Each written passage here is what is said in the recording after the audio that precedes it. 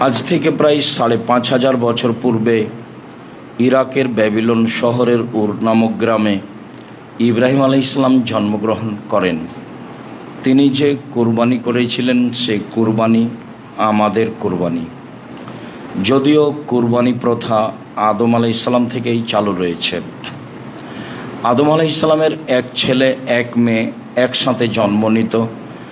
আগের ছেলে পরের মেয়ে, পরের ছেলে আগের মেয়ে, এভাবে তিনি বিবাহ দিতেন।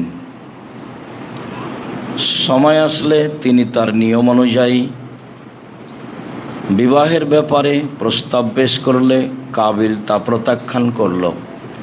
কাবিল বলল, আমার সাথে যে মেয়ে জন্ম নিয়েছে আমি তাকে বিবাহ করতে ইচ্ছুক। ইকলিমা দেখতে বেশি সুন্দরী ছিল লিওয়াজার চেয়ে। আদম আলাইহিস সালাম পরিস্থিতি দেখে বললেন, ঠিক আছে, তোমরা দুইজন আল্লাহর দরবারে কুরবানি পেশ করো। যার কুরবানি কবুল হবে সেই ইকলিমাকে বিবাহ করবে। পিতার পরামর্শ অনুযায়ী কাবিল যেহেতু জমি চাষ করত, মর্মে কিছু গম কোরবানি হিসেবে পেশ করল। হাবিল পশু পালন করত, মর্মে একটি দুম্বা কুরবানি হিসাবে পেশ করল। তখন কুরবানি কবুলের পদ্ধতি ছিল আকাশ থেকে আগুন এসে জ্বলে যাবে। হাবিলের দুম্বা পশুটি জ্বলে গেল, কাবিলের গমগুলি থেকে গেল। এতে কাবিল মান সম্মান রক্ষা করতে ক্ষিপ্ত হয়ে গেল।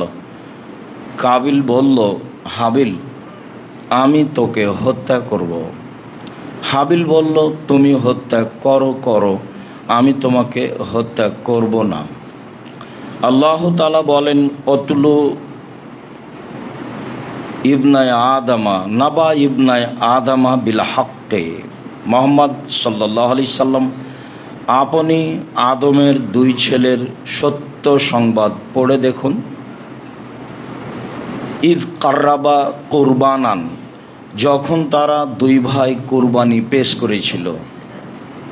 ফাতুকুব্বিলা মিন আহাদিহিমা ওয়ালাম ইতাকাব্বাল মিনাল আখার, দুইজনের একজনের কুরবানি কবুল করা হয়েছিল, অপরজনের কুরবানি কবুল করা হয়নি।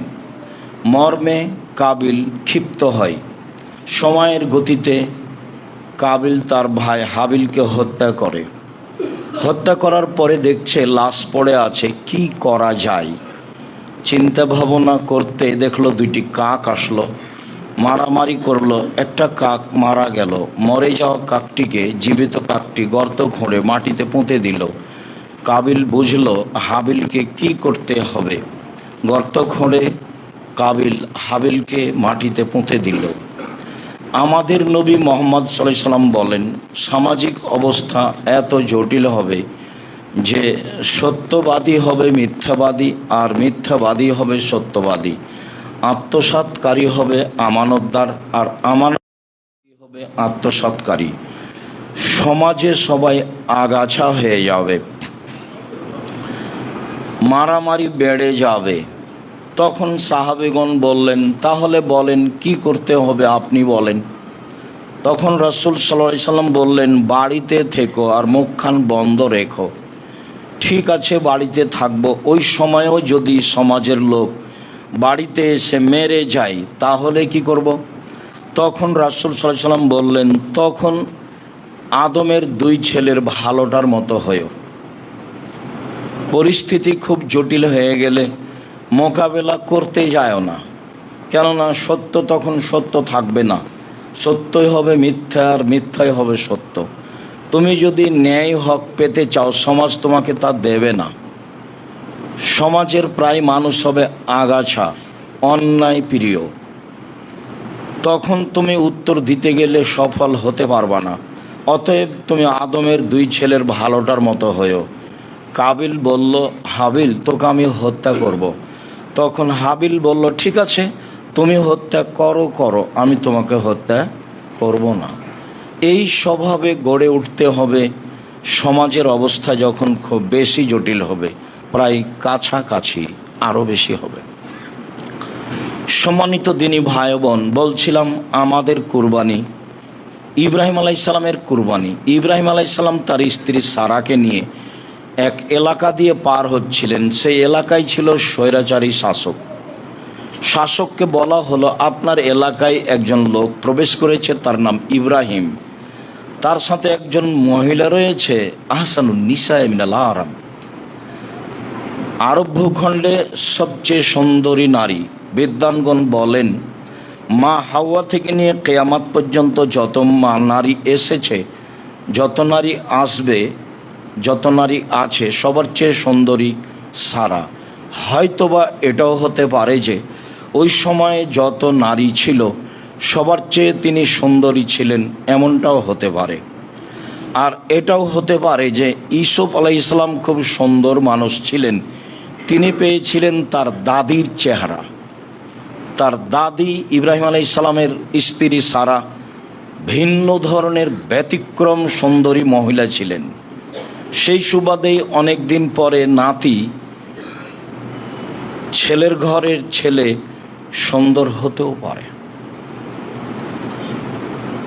সম্মানিত দিনী ভাই বোন, ইব্রাহিম আলাইহিসসালাম স্ত্রীকে রক্ষা করতে পারলেন না। শেষ পর্যন্ত তিনি সারাকে স্বৈরাচারী শাসকের ঘরে পাঠালেন। সারা ঘরে ঢুকতেই সে হাত বাড়ালো অন্যায়ের উদ্দেশ্যে। সারা বলল, থামেন, আগে অজু হবে, 2 রাকাত সালাত হবে, তারপরে কোনো কথা। সারা অজু করলেন, 2 রাকাত সালাত আদায় করলেন, তারপরে বললেন, আল্লাহুম্মা ইন কুনতু আমানতু বিকা ওয়া বিরাসূলিকা ওয়া হাসানতু ফারজি ইল্লা জাওজি। হে আল্লাহ, আমি যদি তোমাকে বিশ্বাস করে থাকি আর তোমার নবী ইব্রাহিমকে নবী বলে মেনে নিয়ে থাকি, আর আমার জীবনে যদি কোনো দিন আমার লজ্জাস্থানকে আমার স্বামী ছাড়া অন্য কাউকে ব্যবহার করতে না দিয়ে থাকি, তাহলে এই নির্জনে এই স্বৈরাচারী শাসক যেন আমার গায়ে হাত লাগাতে না পারে। কথা শেষই হয়নি, স্বৈরাচারী শাসক অজ্ঞান হয়ে মাটিতে পড়ে গেল। সারা বললেন, আল্লাহ, এই সময়ে যদি এ মারা যায় তাহলে আমরা স্বামী স্ত্রী দোষী সাব্যস্ত হব, আটকা পড়ে যাব, তুমি একে মেরে ফেলো না। বুখারী মুসলিমের বর্ণনায় এভাবেও এসেছে যে স্বৈরাচারী শাসক বলল, দেখো সারা, তুমি তোমার প্রতিপালককে বলো আমি ভালো হয়ে গেলে তোমার সাথে অন্যায় করব না। ভালো হয়ে গেল, আবারও অন্যায়ের চেষ্টা করলো, আবারও বলল, আবারও দোয়া করলেন, ভালো হয়ে গেল, আবারও অন্যায়ের চেষ্টা করলো। তৃতীয়বারে বলছে, এই তোমরা কে আছো? তোমরা তো আমার কাছে শয়তানকে পাঠিয়েছো।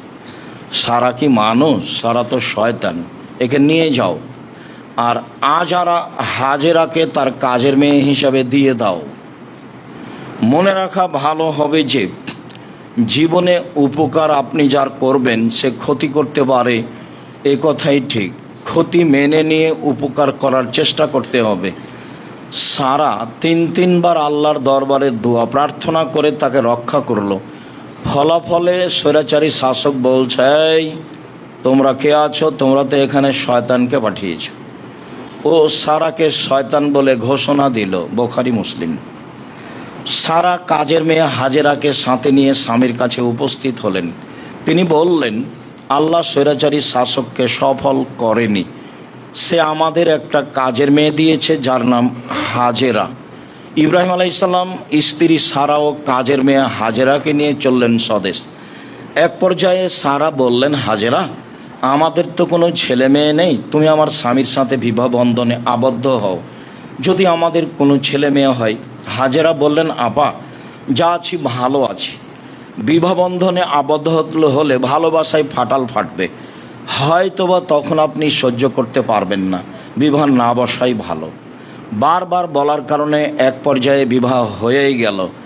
তাতে ইসমাইল আলাইহিসসালাম জন্ম নিলেন। যা হওয়ার তাই হলো। দুইজনের মাঝে ভালোবাসায় ফাটাল ফেটে গেল। ইব্রাহিম আলাইহিসসালাম বললেন, ঠিক আছে, আমি বনেবাসস্বরূপ দুধের ছেলে ইসমাইল এবং স্ত্রী হাজেরাকে কাবা ঘরের পাশে রেখে আসবো মর্মে তিনি চললেন নিয়ে। ফওয়াজা হুমায়ুন্দা দাওহাতা ফাওকা জামজামা আলাল মসজিদে। তিনি তার দুধের ছেলে ইসমাইল এবং স্ত্রী হাজেরাকে কাবা ঘরের পাশে জমজম কূপের উপর গাছের নিচে রেখে দিলেন। রেখে দিয়ে তিনি উল্টা মুখে হাঁটতে লাগলেন, পিছনে পিছনে স্ত্রীও হাঁটতে লাগলেন। স্ত্রী বলতে লাগলেন, আইনা তাজহাব ইব্রাহিম, ইব্রাহিম কোথায় যাচ্ছেন? ও তাতরুকুনা বিহাজাল ওয়াদি লাইসা ফিহি সালাসাই, আপনি এমন একটা উপত্যকায় ছেড়ে যাচ্ছেন যেখানে মানুষজন তো নেই, ঘাস পাতাও নেই। আপনি আমাকে কিছু বলবেন তো? আপনি আমাকে কিছু না বলে এইভাবে চলে যাচ্ছেন। অলায়াল তাফে তো এলাইহা, বারবার তিনি বলতে থাকলেন। ইব্রাহিম আলাইহিস সালাম তার কথার প্রতি ভ্রুক্ষেপ করলেন না, তাকিয়েও দেখলেন না। উপর থেকে এভাবে আদেশ আছে। ইব্রাহিম আলাইহিস সালামের দুধের বাচ্চার উপরে ভালোবাসা নেই এ কথা নয়। 90 বছর বয়সে সন্তান পেয়েছেন, তার অগাধ ভালোবাসা রয়েছে এ কথাই ঠিক।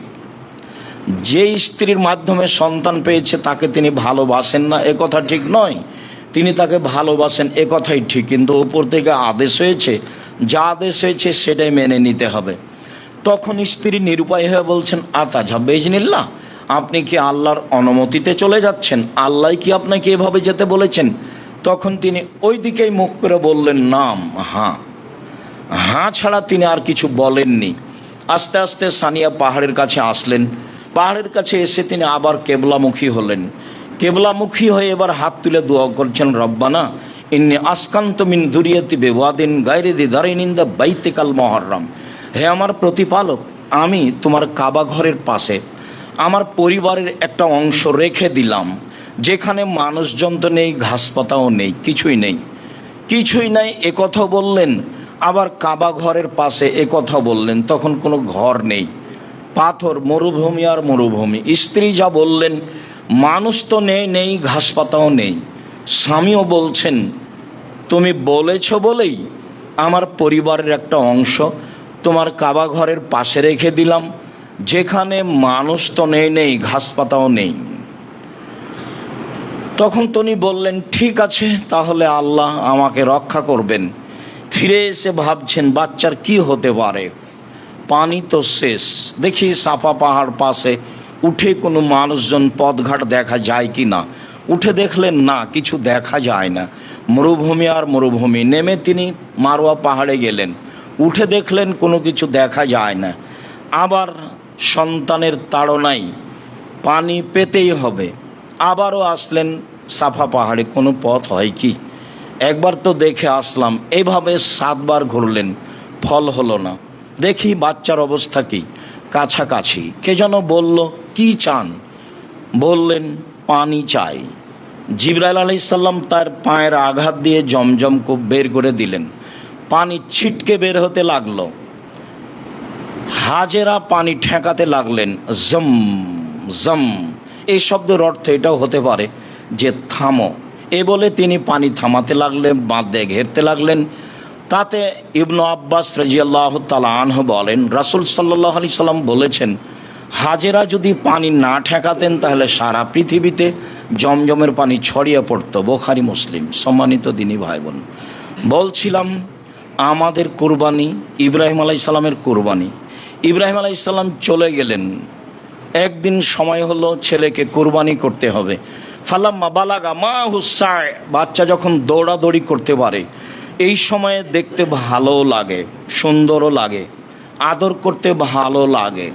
এই সময়ে আল্লাহ বলছেন ছেলেকে কুরবানি করতে হবে। তিনি এসে বললেন, বোনাইয়া ইন্নী আরাফিল মানামে আন্নি আজবাহকা, আব্বু আমি স্বপ্নে দেখছি তোমাকে কুরবানি করছি, তোমার মতামত কি?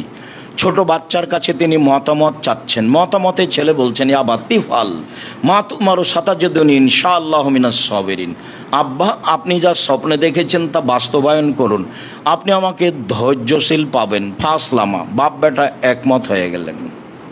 ওয়াতাল্লাহুলিল জাবিন, ছেলেকে উপুড় করে মিনা মাঠে ফাঁকা জায়গায় সইয়ে দিলেন। 90 বছরের 100 বছরের বৃদ্ধ মানুষ, মাথার চুল পেকে গেছে, কেউ নেই দর্শক, আল্লাহ ফেরেশতা ছাড়া মানুষজন কেউ নেই। 90-100 বছরের মানুষ বারবার ছুরি চালাচ্ছে। আল্লাহ তাআলা বলছেন, ইব্রাহিম কাদ সাদ্দাক্তা রুয়া, তুমি তোমার স্বপ্নকে বাস্তবায়ন করেছ। তোমার ছেলেকে কুরবানি করতে হবে এই ঠাকা আমার বাঁধেনি। আসলে আমি দেখছিলাম তুমি পরীক্ষায় পাস করতে পারো কিনা। ইব্রাহিম তুমি পরীক্ষায় পাস করে গেছো।